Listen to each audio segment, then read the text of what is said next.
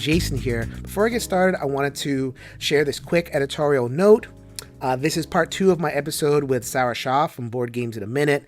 Part 1 was about sharing her gamer origin story and also some of her cultural experiences as a Muslim woman in gaming. I'm very excited to share any cultural story. They're all welcome here on Shelf Stories. No matter where you are in the world, you have a voice here on my channel. I love it. This episode is a little bit more current events focused. So if that's not something that you want in your gaming life, that is totally cool. Please feel free to pass right on, move on to some of my other videos on the channel and also elsewhere in the gaming content universe. I got plenty of episodes. So I posted this episode before and then took it down after some feedback, in a lot of different areas, not just one source. And so it's empathy, right? It's all about empathy. That's kind of central core value here of this channel. So, I have to practice what I preach. If I'm getting feedback, I prize the ability to kind of respond to that. So I just took it down and took a second look. I am reposting with 2 significant edits to the original show. The first one is just to kind of change or adjust the stated perspective. I think in the previous iteration, I gave the impression that this was kind of a general primer in the Israeli-Palestinian conflict. I think I was a little bit too ambitious with that. I really have to acknowledge my perspective, and I want to be completely and utterly honest about my perspective. I do believe in Palestinian Lives Matter. I believe that movement. I believe that our culture and our society needs to do more to center the stories of a people that are experiencing displacement and oppression, and we do share that story here on the show. So is there going to be some bias or some perspective? I think I'm honest about the fact that I always have that as part of my shows. I come from perspective, and I do value the voices of marginalized people. So just to not create any kind of false impression, wanted to give that very, very clearly. This show is from the perspective of PLM and understanding that movement, not selling anything, but just understanding and educating on that movement. To that end, though, comes back to empathy. There's a lot of human beings involved. I mean, we're talking about a conflict between 2 historically oppressed people. And so it is absolutely necessary to show maximum empathy for both sides of the equation. If I'm for PLM, I'm absolutely against anti-Semitism in all its forms. So just to give a flag that there will be another small editorial comment coming a little bit later in the show to kind of elaborate on that point. But that's basically it. I'm going to represent the show mostly in its original form. So without further ado, here is Sarah Shah. We're going to talk about understanding the Palestinian Lives Matter movement. Here we go. Yo, my peoples, what's up? Welcome back to Shelf Stories, the channel that tells tales from games, books, and life. I am your host, Jason. Thank you so much for stopping by for this latest episode of Good Trouble. The series of episodes where I engage in above-the-table conversations that I think are necessary in our space with a spirit of education and compassion. I am not alone this week. You saw this person came on my show yesterday talking about gaming and her cultural background and giving a basic primer on who she is and where she comes from. This time, we're going to lean into some more difficult topics, real world topics. So just giving people a flag right now, if that is something that you do not want in your gaming space, that is totally fine. Feel free to enjoy some of the other content, but both my guest and I feel this is a really, really important topic to talk about. We are talking about Israel-Palestine. So I could not think of a better guest to have coming back on the show than the host of Board Games in a Minute. And you see her all over the place in the content verse. And you saw her on my channel yesterday. She is Sarah Shah. Welcome back. Hi, thank you for having me back. Assalamu alaikum. Walaikum assalam.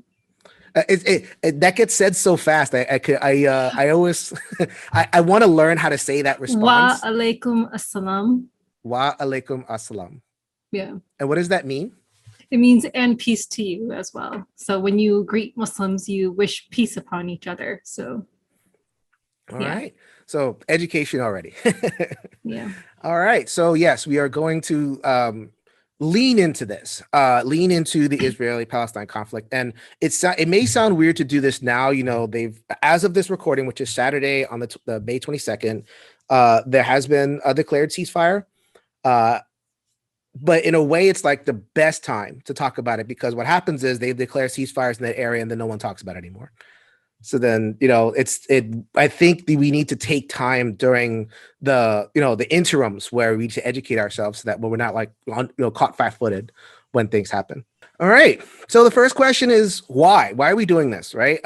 Why do board gamers, two board gamers, why don't I reach out to an expert? Like in my personal field, I have a master's in religious studies. I can just reach out to any expert I want to bring it on. But I've reached out to, we're two kind of fellow gamers talking about this. We're not experts. Please don't take this as an expert conversation. We will make, mistakes. As full disclosure, this is our second time trying this. So we're, being mindful that this is an important conversation, but why should we have it? We're not experts. So Sarah, what do you think? I know you have some thoughts on this subject. Yes, we're not experts. And, I definitely want to say that I am not someone who can speak as eloquently about the Israeli-Palestinian conflict as other people out there. But it's an important conversation to have because these are human lives. These are people who are being killed, have been being killed for many, many years. And it's a humanitarian crisis, and a humanitarian crisis that I think everyone should care about. Just like, we care about humanitarian crises in other parts of the world. So why not this one?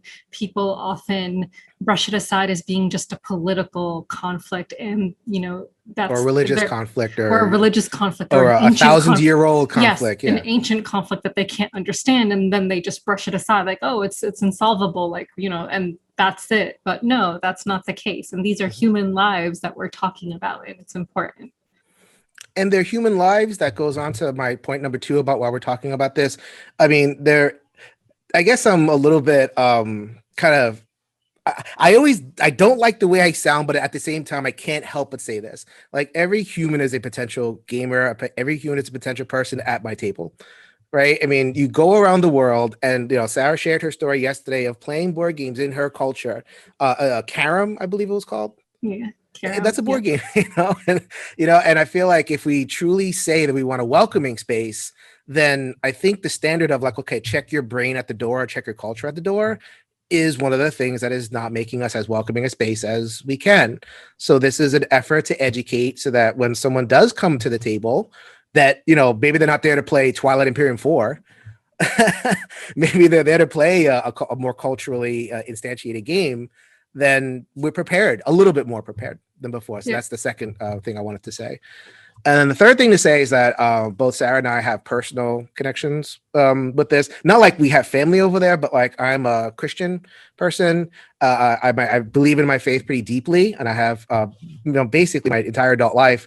And, human rights violations and bombs in the place where Jesus walked and lived and died, that's not a thing that I can just kind of take off lightly. So I think I find it my responsibility to educate myself and do what I can to share the education. And Sarah can share a little bit about her kind of personal resonance with this subject. Yeah, so I'm Muslim. I'm actually a descendant of Prophet Muhammad on both sides of my family, so I can trace my ancestry all the way back to him. But putting that aside, and putting aside even Prophet Muhammad's own experiences in Jerusalem and our third holiest site, Al-Aqsa Mosque, Muslims around the world do feel kinship with other Muslims around the world. Despite your culture, we know that the one unifying thing we have is our faith and our belief in the oneness of God, and Muslims do feel pain as well when they see their brothers and sisters in pain. So for me, it is also a religious thing to see these people. But it should be said that not all Palestinians are Muslims. There's even Jewish and Christian Palestinians who are victims of these atrocities.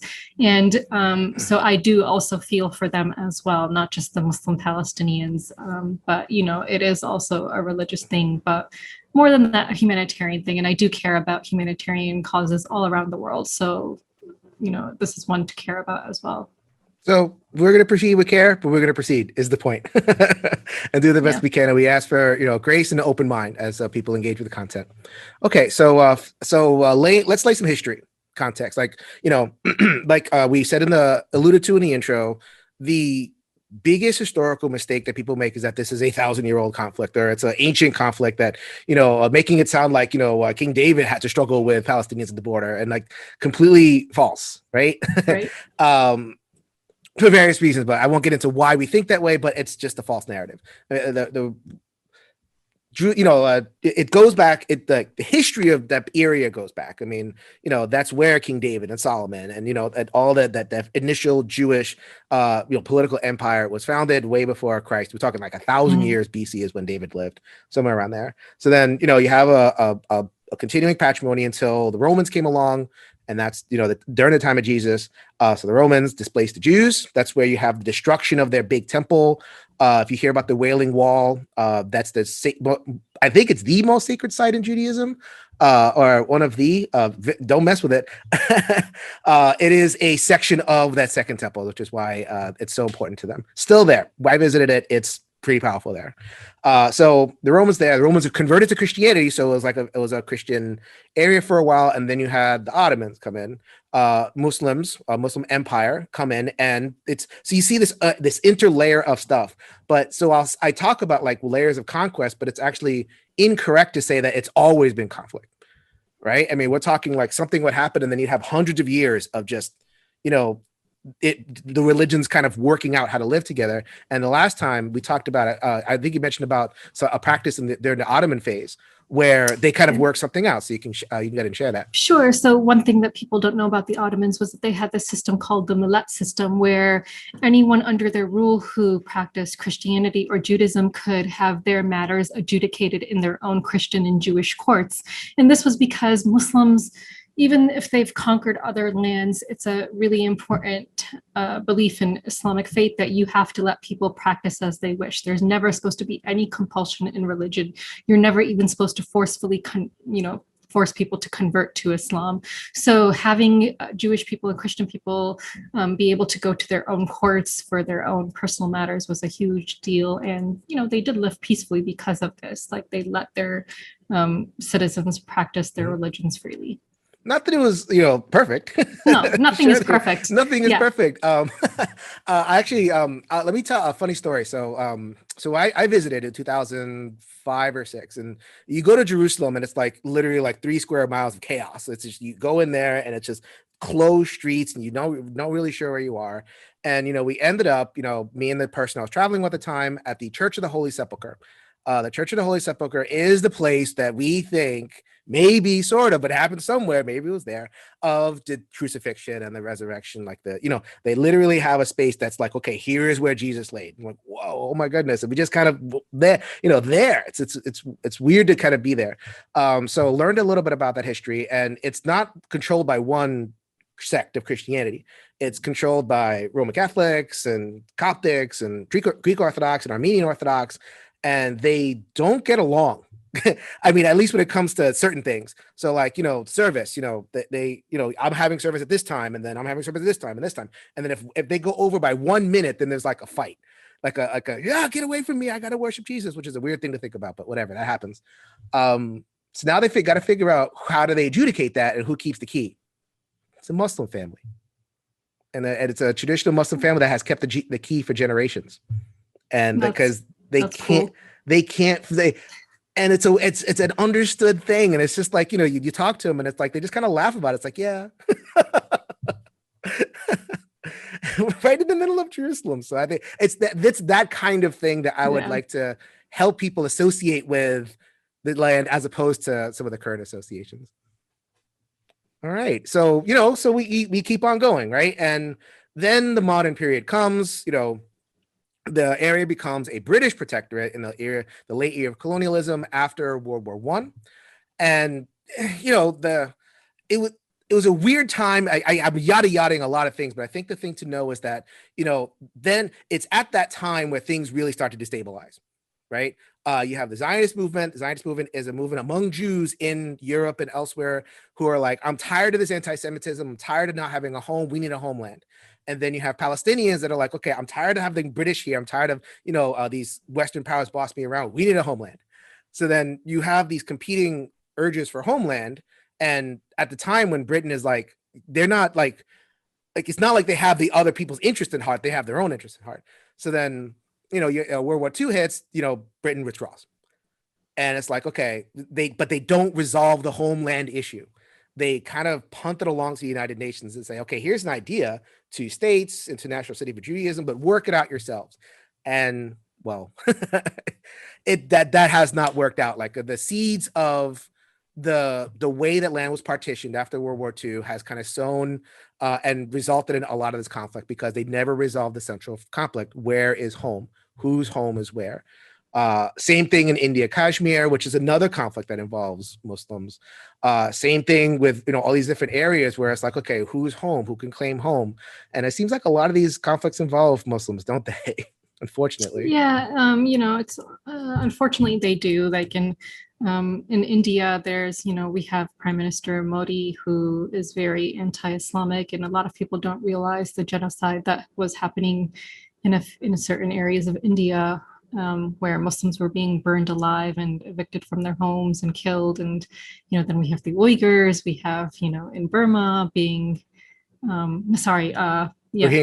The Rohingya in Burma yeah. being exterminated from their and evicted from their, evicted is the wrong term, we'll get into that a little bit later, but expelled from their homes. And then in China, the Uyghurs, who are being held in concentration camps and being, women are being raped and forced to have children of Chinese men, and they're, being forced to give up their religious beliefs. They're forcefully fed pork, which is prohibited in Islam. So there's all these issues around the world happening. And, this is I can't say this is the thorniest one, but it's the one that kind of like a lot of different things confluence because of the presence of great powers. Like America has a direct interest in Israel. All these other things are happening. So, and it's kind of the hot button issue. Believe me, I'm willing to explore and talk about a lot of this stuff. But you have to kind of focus, and we're going to focus today on Palestine. But we definitely want to give that context. This is not the only issue that the Muslim faith and community encounters around the world.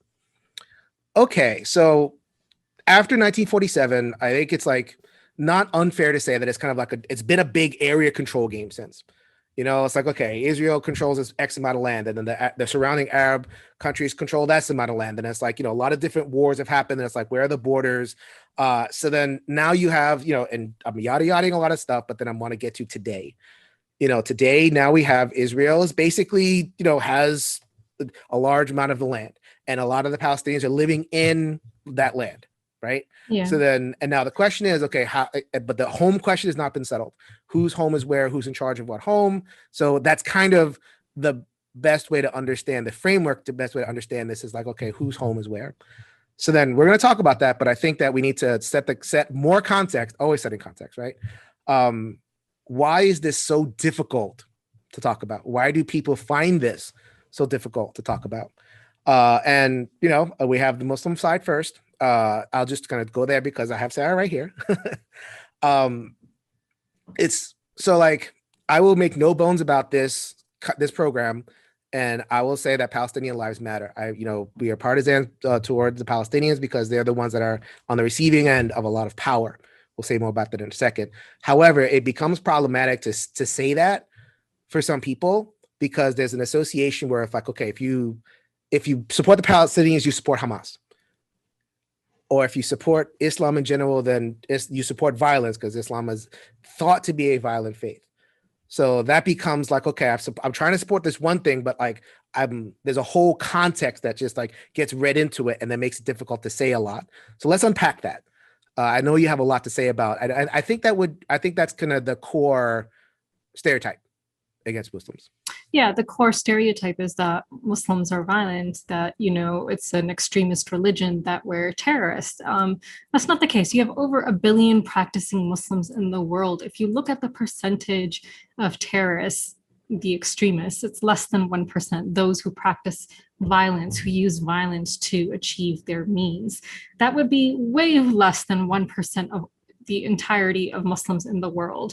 You cannot judge a whole faith and its people by extremists. There's extremists in every faith, and they don't represent the rest of the practitioners of that faith. But unfortunately, media in the West presents, a certain view of Muslims because it helps then Western countries achieve their objectives of going into these Muslim lands and liberating all these people when, these people don't consider it liberation. Like, I think, I don't want to go off on too much of a tangent, but one thing I think should be noted is that it seems that the West has historical amnesia. They go into countries, they do that is not things, a tangent. and they maybe forget all the atrocities that they've caused, but these people in those countries don't forget. Like, it has lasting effects on them, and for many, many, many years, generational trauma from all these liberations that the Western people came in and did. So, but anyway, yeah. So Western media presents Muslims in a certain way to achieve its own objectives, its own political objectives, and it needs to be acknowledged. Right. And Yeah. just, looking at some of the media coverage, I mean, we're talking, again, this is May 22nd that we're recording this. One of the things that impelled the ceasefire was like a large peaceful general strike among that Palestinian Israelis engaged in. You had this large outpouring, huge, of, Palestinians shuttering their businesses and just walking in the streets and protesting what was happening, So like, that's a peaceful protest. And that is like, that has to be part of the story. And so it has to be part of the story. If someone's going to sit and say Palestinian Lives Matter, and I share kinship with Muslims, but I absolutely do. They are my sisters and brothers in faith, and to be able to say that, but being able to resist that association with violence, is very important. So it's one thing to kind of watch for when it comes to how to talk about this stuff. Is that fair? Yes. So at this point, I'd like to put in my second editorial insert. I have let Sarah know that I'm doing this, and in a couple of minutes, we're going to get back to her very important voice in the subject. I did think it was important to spend some time processing a criticism that I received from an Israeli point of view from the original episode. And it was a point of emphasis, really, and the way I constructed the episode. And this is a Jason thing. This is me, taking full responsibility.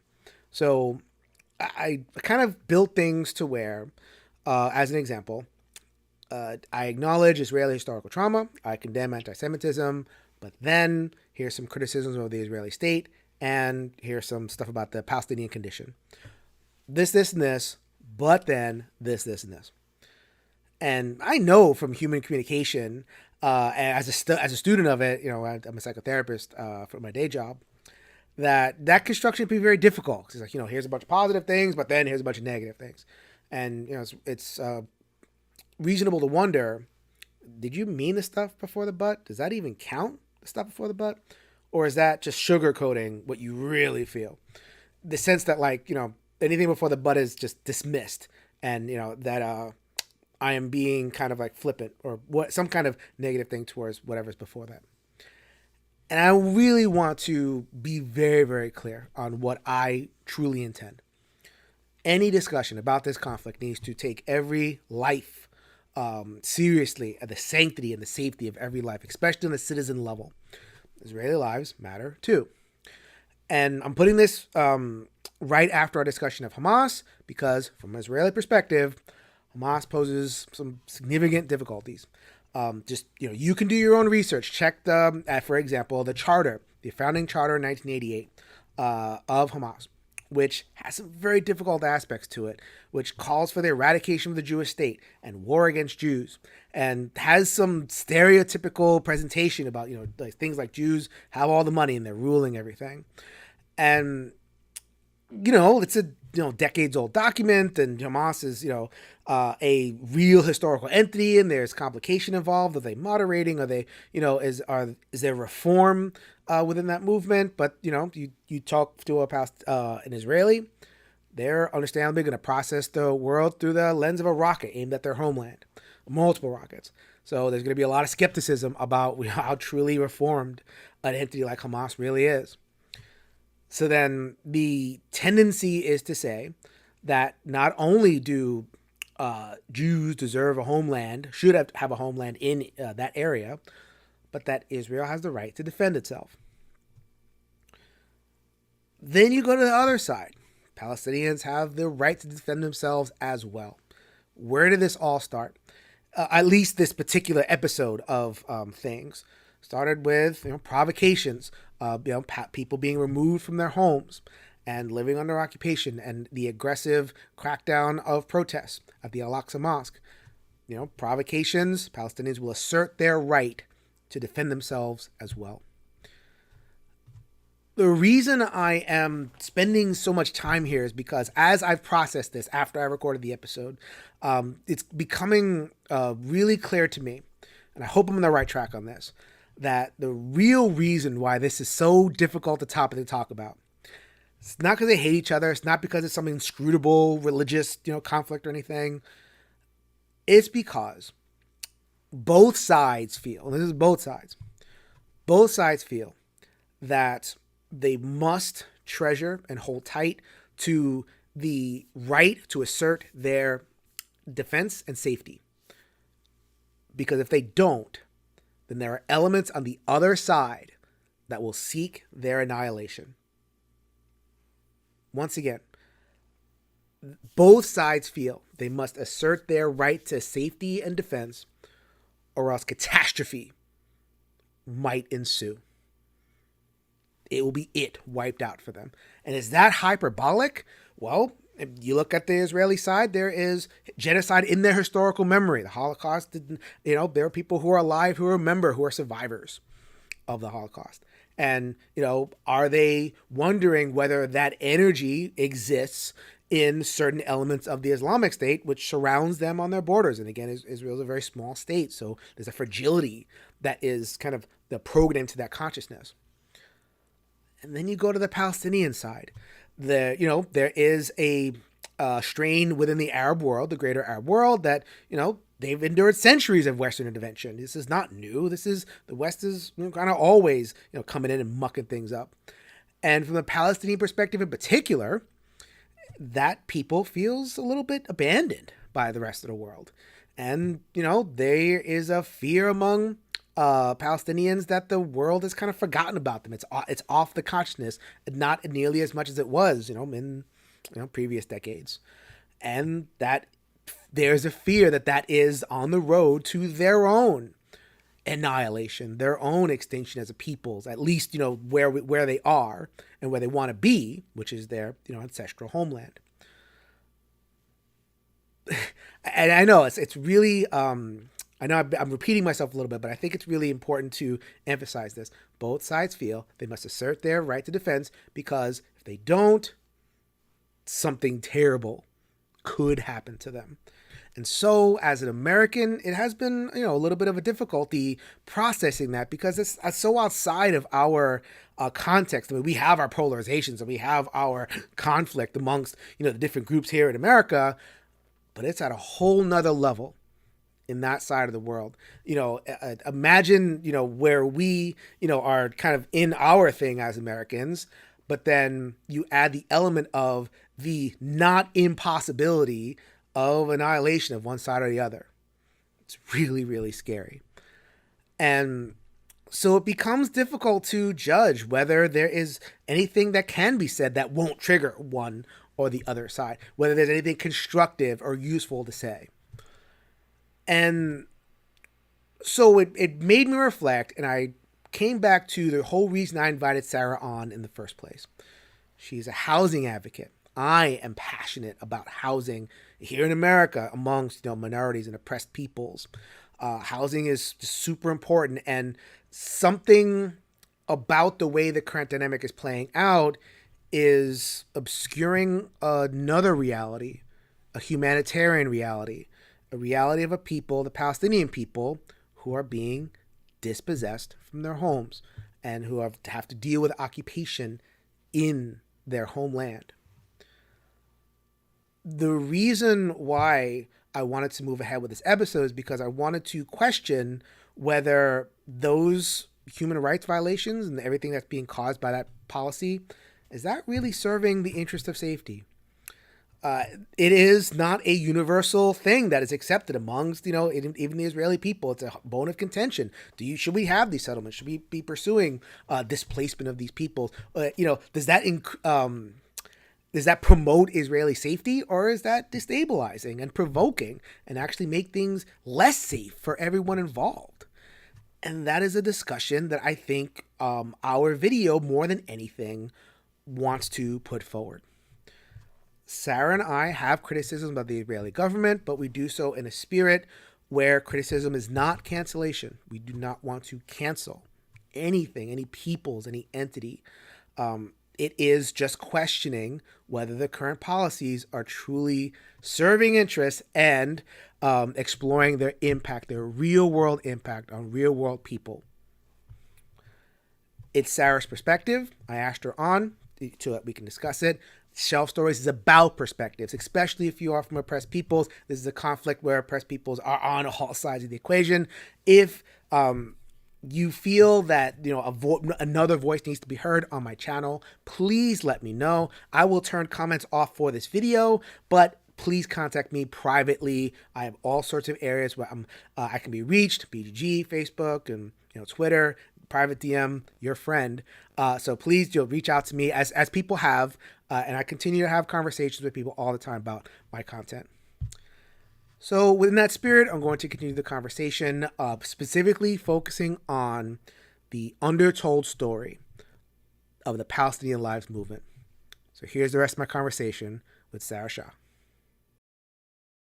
So in that spirit, I think there's a bunch of policies, obviously, but there's one policy in particular that I think we need to understand in order to really understand why this seems so intractable.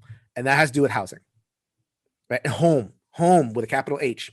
So Sarah is not an expert, as we were talking about, in Palestinian, what's happening in that area, the current dynamics. However, her day job, right? Tell us about your day job and kind of what feelings it evokes when you think about this issue. Yeah, so I'm actually a legal aid housing attorney. So legal aid is for people who are, at the poverty level or, a certain percentage of the poverty level who cannot afford attorneys. So we provide free services to people. Me specifically, I represent people who are being evicted from their homes for various reasons, whether that's, because they've supposedly engaged in behavior which violates the lease, or non-payment of rent, or, terrible landlords who just are discriminatory and want to evict their tenants.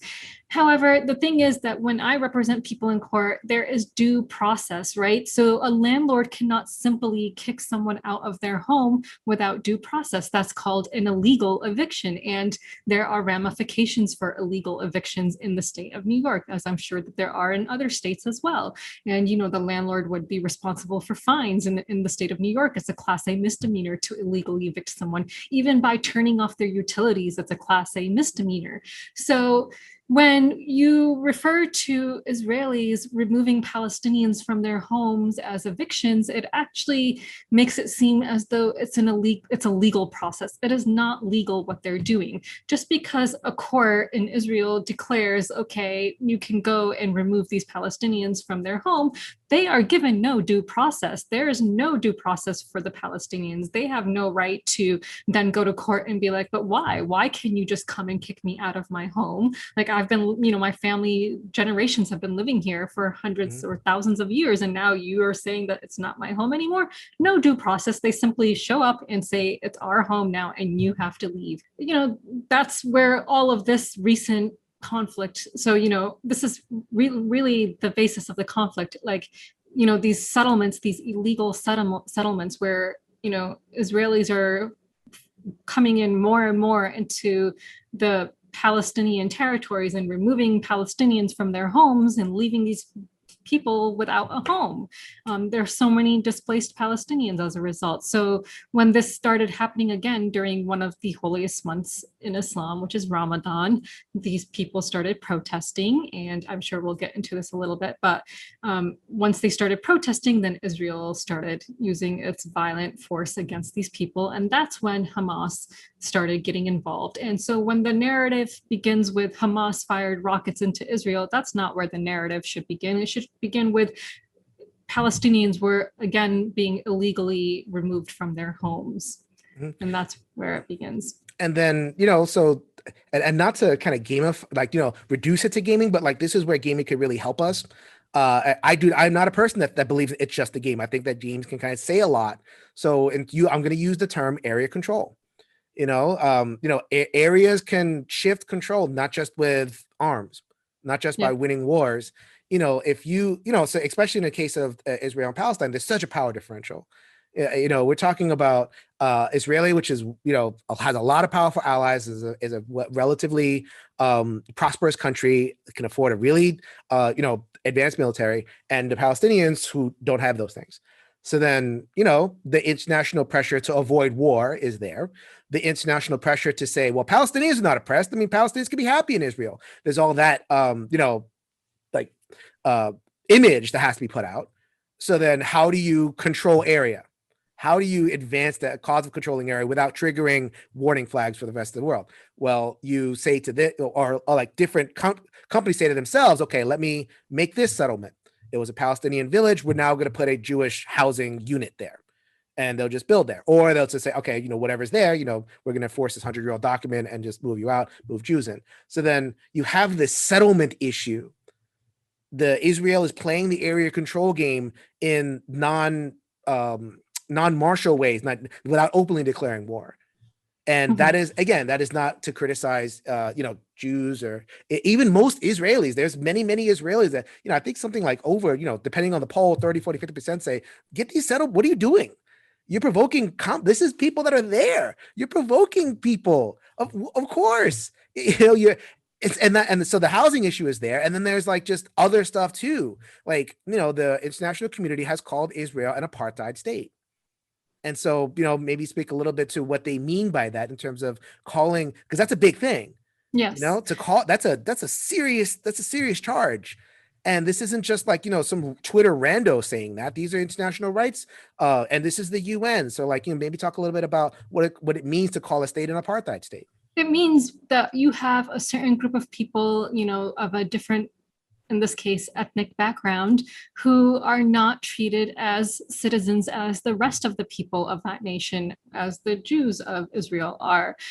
So there's, again, I'm not the expert on this field, and there are so many books you can read. One book I read many years ago, which now things are much worse than they were many years ago when I read this book, is called Witness in Palestine by Anna Baltzer, which, discusses how Palestinians can't even live their day-to-day lives the way a normal human being should be allowed to.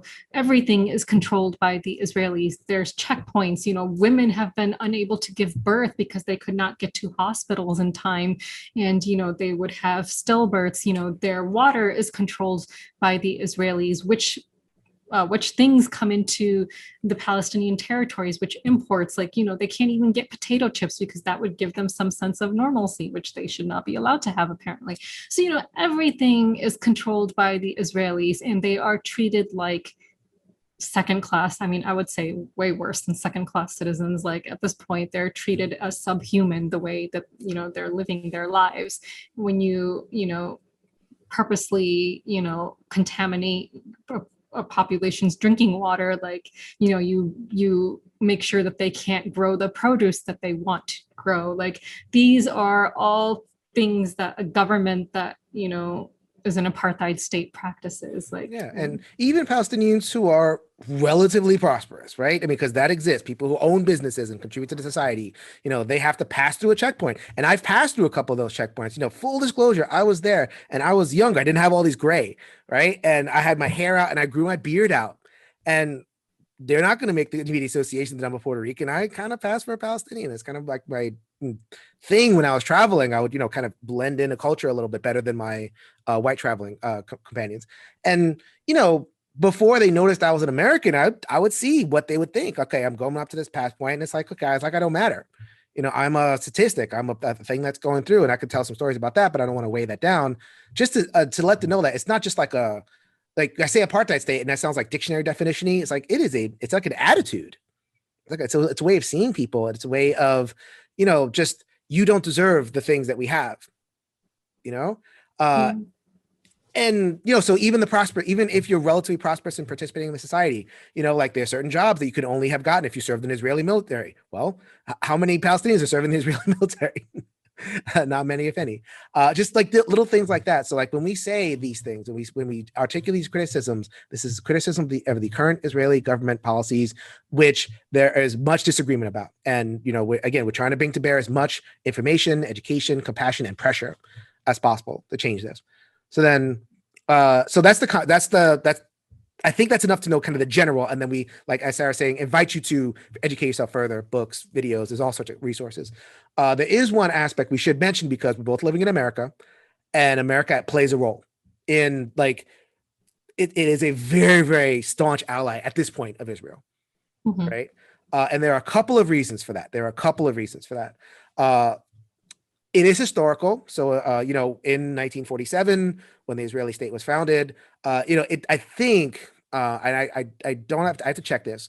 I have to double and triple check this, but I think this is true. It was the first representative democracy in the area, right? Everyone, all the other countries were ruled by some kind of monarch or some kind of like, even if it was like a parliamentary system, it was like a monarch kind of in the area, or it would be like a religious type, what they call it, Sharia law. Sharia, yeah. So then, you have a representative democracy. And so it's like there was a natural kind of ideological kinship. So then people were saying, okay, we're going to advance the cause of democracy by, supporting Israel. And we'll go off from there. That is not an unproblematic claim, but that's part of the ideological background. There's also a surprising religious background. And the last time we spoke about, Sarah actually reminded me of this, but I'm like, oh yeah. There is this idea among certain evangelical groups of Christianity. And evangelical Christianity has always kind of been a part of the leadership. They've never ruled America, but it's always been kind of a part. There is an idea among some sects of evangelical Christianity that if the Jews solidify their state, and if they are in control of Jerusalem and Palestine, that is one of the conditions for Christ's second coming. So there are a lot of people that are rooting for this, and have rooted for it throughout history of like, okay, let's help Israel establish this. As a matter of fact, you can go there and see, evangelical Christians, you see the missionaries, they've actually made their own Golgotha monument, like outside the walls, just like, it's kicked up enough fervor for that section of the population too.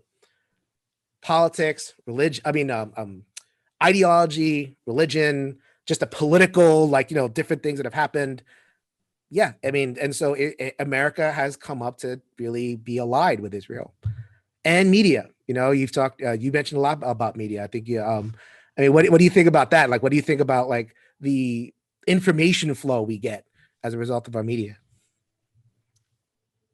I mean, I believe that the media is extremely biased. Just, when you're in the West, the way things are presented, the way the conflict is presented, even the word conflict implies that, or clashes that, there's like, there's a balance between these two parties, or that, that one side didn't instigate it by trying to expel people from the home. The way that, when Israeli citizens are killed, the word killed is used. When Palestinians are killed, you'll see the passive died, Palestinians died. Lost their lives. Yeah, they were killed. They were killed by, these gases, by these bombs, by all these things, that the forces that Israel is using against them. They didn't just simply die, and so the way that the media presents everything, it's incredibly biased, and it's to continue making sure that Americans support the amount of money that America sends every year to the Israeli government that allows them to continue to treat the Palestinians this way. It's just, there was a recent arms sale, right? Over $700 million. And this was recent. This was 2021. We're talking here, and like some of those arms sales there, the American company Boeing is involved, and like where are those? Where are those munitions going? What are they being used for?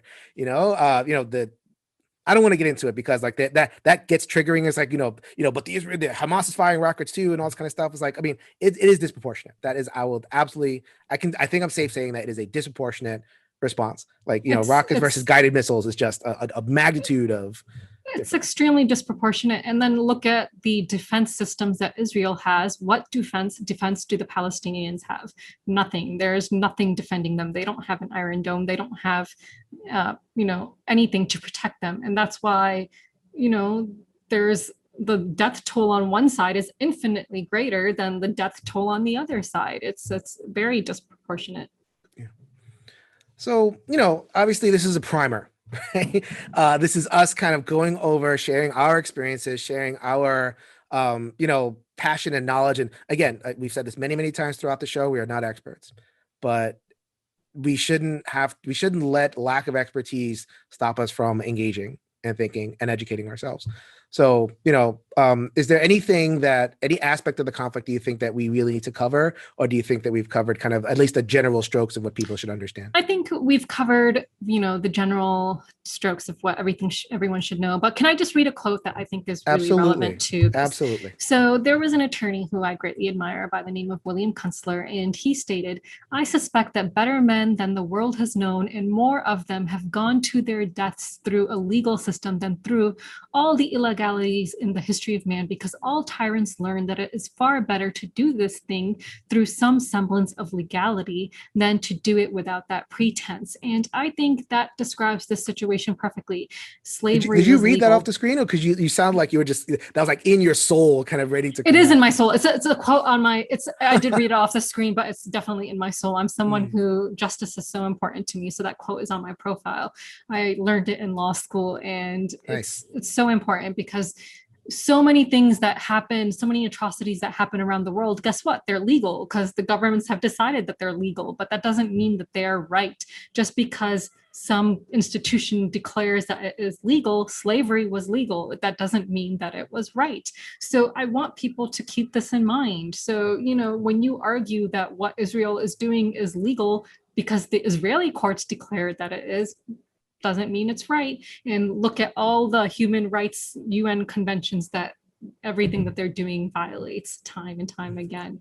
So please keep this in mind going forward. So many atrocities have happened throughout the history of mankind because people declared that it was legal so that they could get away with it. And the other thing you might hear in terms of defending the actions of the Israelis is that there's no choice, that peace was offered, that, every time something happens, every time we're trying to get far, there's an extremist faction on the other side that kind of goes there, suicide bombers and all the different things, the intifadas, all the stuff that happened to create the Israeli generational trauma themselves. None of this is to deny that there is generational trauma at play, and that results that leave some people feeling like they have no choice. Mm-hmm. And if you have the power, you always have the choice. If you have the military capacity that this current government does, there is always a choice. And right now, the choices that are being pursued, even in the middle of the ceasefire, are we seeing addressing the settlements? Are we seeing Palestinians given due process? In terms of the housing, obviously it's an early stage, but I'm skeptical, and I think that. And even during the ceasefire, there was Muslims who were celebrating the ceasefire at Al-Aqsa Mosque. And again, they were attacked during the ceasefire. So this is what happens time and time again. The Palestinians view the ceasefire as just a break for Israelis to reload their guns. That's basically what it is. And there is violence on the other side, being very careful in terms of say support Palestine. And there are some Palestinians who will, destroy Jewish property and, it not just in Israel and everywhere. So I condemn that too. I condemn anti-Semitism too. Yes, I do condemn anti-Semitism as well. And it does not help the Palestinian cause in any way to do anything bad to a person simply because, or, they're Jewish. You shouldn't do anything bad to anyone ever, but to attack people because of their faith or say things that are not true about them, that's anti-Semitism and it's wrong. And it doesn't help the Palestinian cause. All right. So I think we're good. What do you think, Sarah? Do you think that we've provided some? Yep. We caused some good trouble. I think we caused some good trouble. I would just like to say in the end, just open up your hearts and your minds. And, as we've stated time and time again, we're not experts, but, a bit of research, a bit of, reading sources that you may not typically read because you believe that, they're biased, then try to look at the other side and just open your minds, open your hearts, and see that this is a conflict that involves human lives, and have some compassion for those that you may not typically have compassion for. All right. Thank you so much, Sarah. I really appreciate you taking the time. Again, we did this. This is the second time, and I think it's very important. Both have found it's important to say what we have to say, and I think that we did a pretty good job. Yeah, thank you. Thank you for having me on to discuss this. I really appreciate it. If you can change your mind, you can change the world. So until next time, go cause some good trouble.